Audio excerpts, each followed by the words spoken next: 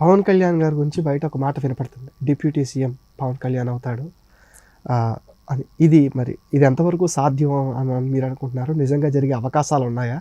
మరి జనసేన కార్యకర్తల నుంచి ఎలాంటి రియాక్షన్స్ ఉన్నాయి? ఒకటండి, చంద్రబాబు నాయుడు గారు కష్టకాలంలో ఒక పెద్దన్న పాత్ర పోషించింది. ఒక రకంగా చంద్రబాబు నాయుడు గారికి పెద్ద కొడుకుగా, లోకేష్కి పెద్దన్నగా వ్యవహరించింది పవన్ కళ్యాణ్. ఎందుకంటే గతంలో జరిగిన విషయాలన్నీ కొంతసేపు పక్కన పెడితే సరైన టైంలో సరైన నాయకుడికి మద్దతు ఇచ్చిన నాయకుడు పవన్ కళ్యాణ్. తన పెద్దరికం ఏంటో చూపించాడు. ఎందుకంటే కులాలకి మతాలకి అతీతంగా పవన్ కళ్యాణ్ ఆ రోజున రాజమండ్రిలో చంద్రబాబు నాయుడు గారిని పరామర్శించటం, వెంటనే బయటకు వచ్చి ఒక ప్రెస్ మీట్ పెట్టడం, ప్రెస్ మీట్ పెట్టగానే తెలుగుదేశం పార్టీ జనసేన కలిసి పొత్తు ఉంటుందని ప్రకటించిన వెంటనే బీజేపీని లైన్లో తీసుకురావటం, అలానే ఈ మూడు పార్టీలు కలిసి, అంటే ఈ రెండు పార్టీలు జనసేన తెలుగుదేశం కలిసి నరేంద్ర మోడీ గారిని కలవటం, అక్కడ పొత్తు ఖరారు అవ్వటం, ఈ మూడు పార్టీలు ప్రజల్లో ఒక స్పష్టమైన పాజిటివ్ సంకేతాలు వెళ్ళటం, ఇవన్నీ ఎలా జరిగినాయి అంటే ఒకదాని తర్వాత ఒకటి కలిసి వచ్చే కాలానికి నడిచొచ్చే కొడుకు పుడతాడని అలా జరిగిపోయింది. ఇక్కడ మనకు ఇంకోటి చెప్పుకోదగింది ఏంటంటే ప్రకృతికి ఎదురెళ్ళిన వాడు ఎవడు బతికి బట్టగట్టినట్టు దాఖలాలు లేవు, చరిత్రలో లేవు. జగన్మోహన్ రెడ్డి అంతే. ఎందుకంటే తను ఎన్ని పాపాలు చేసినా సరే ప్రజలు, పాలకులు, లేకపోతే నాయకులు, పార్టీలు ఏం చేయలేకపోతున్నాయి. ప్రకృతికి ఎదురెళ్తున్నాడు, ప్రకృతికి విరుద్ధంగా వ్యవహరిస్తున్నాడు. ప్రకృతి ఊరుకోదుగా, ప్రకృతికి ఎవడైనా తల వంచాల్సిందే. అలా ఈసారి ప్రకృతికి తల వంచుతున్నాడు.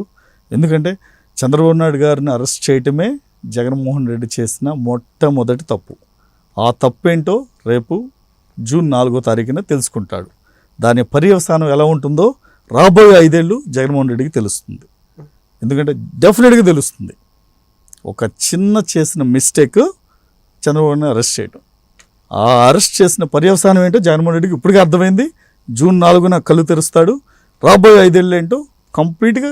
పవన్ కళ్యాణ్ గారి గురించి బయట ఒక మాట వినపడుతుంది. డిప్యూటీ సీఎం పవన్ కళ్యాణ్ అవుతాడు అని. ఇది ఎంతవరకు సాధ్యం అని మీరు అనుకుంటున్నారు? నిజంగా జరిగే అవకాశాలు ఉన్నాయా? మరి జనసేన కార్యకర్తల నుంచి ఎలాంటి రియాక్షన్స్ ఉన్నాయి? ఒకటండి, చంద్రబాబు నాయుడు గారు కష్టకాలంలో ఒక పెద్దన్న పాత్ర పోషించింది.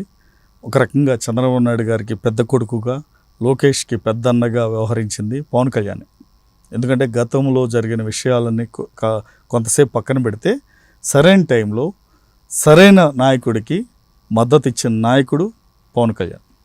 తన పెద్దరికం ఏంటో చూపించాడు.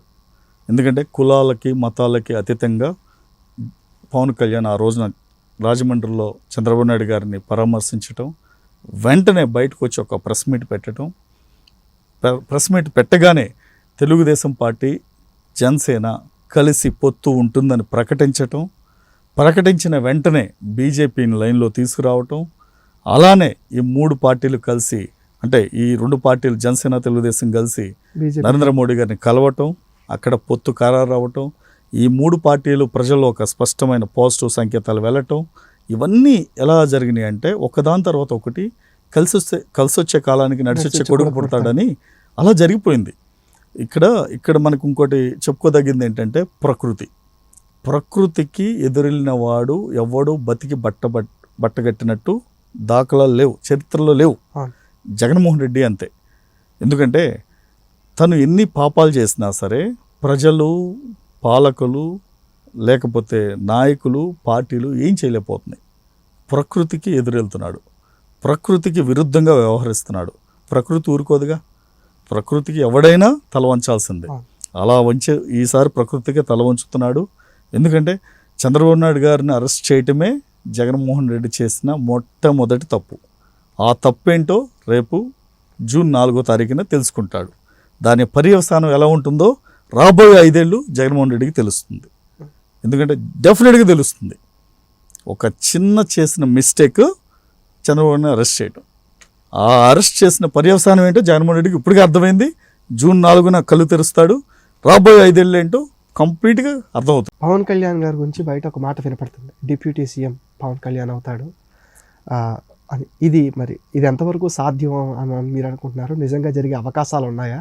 మరి జనసేన కార్యకర్తల నుంచి ఎలాంటి రియాక్షన్స్ ఉన్నాయి? ఒకటండి, చంద్రబాబు నాయుడు గారు కష్టకాలంలో ఒక పెద్దన్న పాత్ర పోషించింది. ఒక రకంగా చంద్రబాబు నాయుడు గారికి పెద్ద కొడుకుగా, లోకేష్కి పెద్దన్నగా వ్యవహరించింది పవన్ కళ్యాణ్. ఎందుకంటే గతంలో జరిగిన విషయాలన్నీ కొంతసేపు పక్కన పెడితే సరైన టైంలో సరైన నాయకుడికి మద్దతు ఇచ్చిన నాయకుడు పవన్ కళ్యాణ్. తన పెద్దరికం ఏంటో చూపించాడు.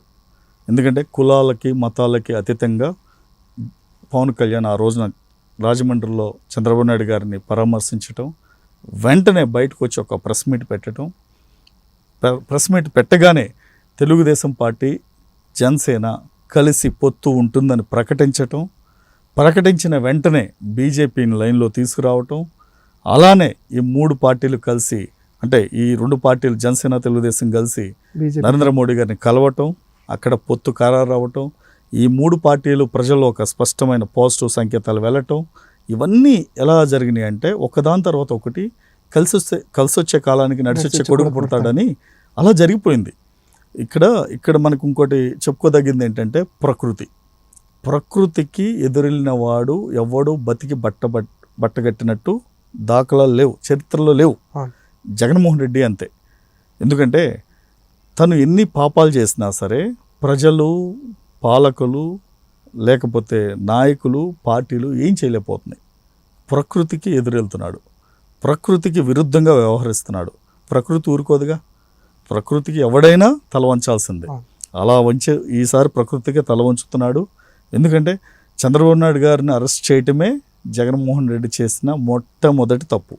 ఆ తప్పేంటో రేపు జూన్ 4వ తారీఖున తెలుసుకుంటాడు. దాని పర్యవసానం ఎలా ఉంటుందో రాబోయే 5 ఏళ్ళు జగన్మోహన్ రెడ్డికి తెలుస్తుంది.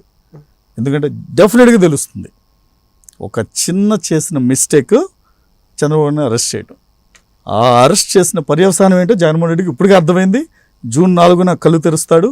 రాబోయే 5 ఏళ్ళు ఏంటో కంప్లీట్గా. పవన్ కళ్యాణ్ గారి గురించి బయట ఒక మాట వినపడుతుంది, డిప్యూటీ సీఎం పవన్ కళ్యాణ్ అవుతాడు అని. ఇది ఎంతవరకు సాధ్యం అని మీరు అనుకుంటున్నారు? నిజంగా జరిగే అవకాశాలు ఉన్నాయా? మరి జనసేన కార్యకర్తల నుంచి ఎలాంటి రియాక్షన్స్ ఉన్నాయి? ఒకటండి, చంద్రబాబు నాయుడు గారు కష్టకాలంలో ఒక పెద్దన్న పాత్ర పోషించింది. ఒక రకంగా చంద్రబాబు నాయుడు గారికి పెద్ద కొడుకుగా, లోకేష్కి పెద్దన్నగా వ్యవహరించింది పవన్ కళ్యాణ్. ఎందుకంటే గతంలో జరిగిన విషయాలన్నీ కొంతసేపు పక్కన పెడితే సరైన టైంలో సరైన నాయకుడికి మద్దతు ఇచ్చిన నాయకుడు పవన్ కళ్యాణ్. తన పెద్దరికం ఏంటో చూపించాడు.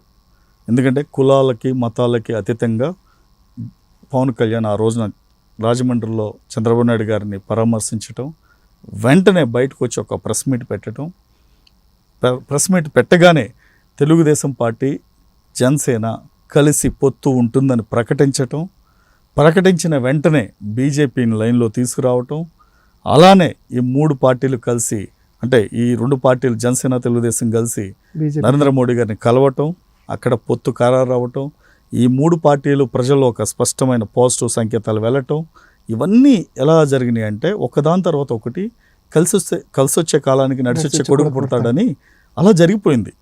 ఇక్కడ మనకు ఇంకోటి చెప్పుకోదగింది ఏంటంటే ప్రకృతికి ఎదురెళ్ళిన వాడు ఎవడు బతికి బట్టగట్టినట్టు దాఖలాలు లేవు, చరిత్రలో లేవు. జగన్మోహన్ రెడ్డి అంతే.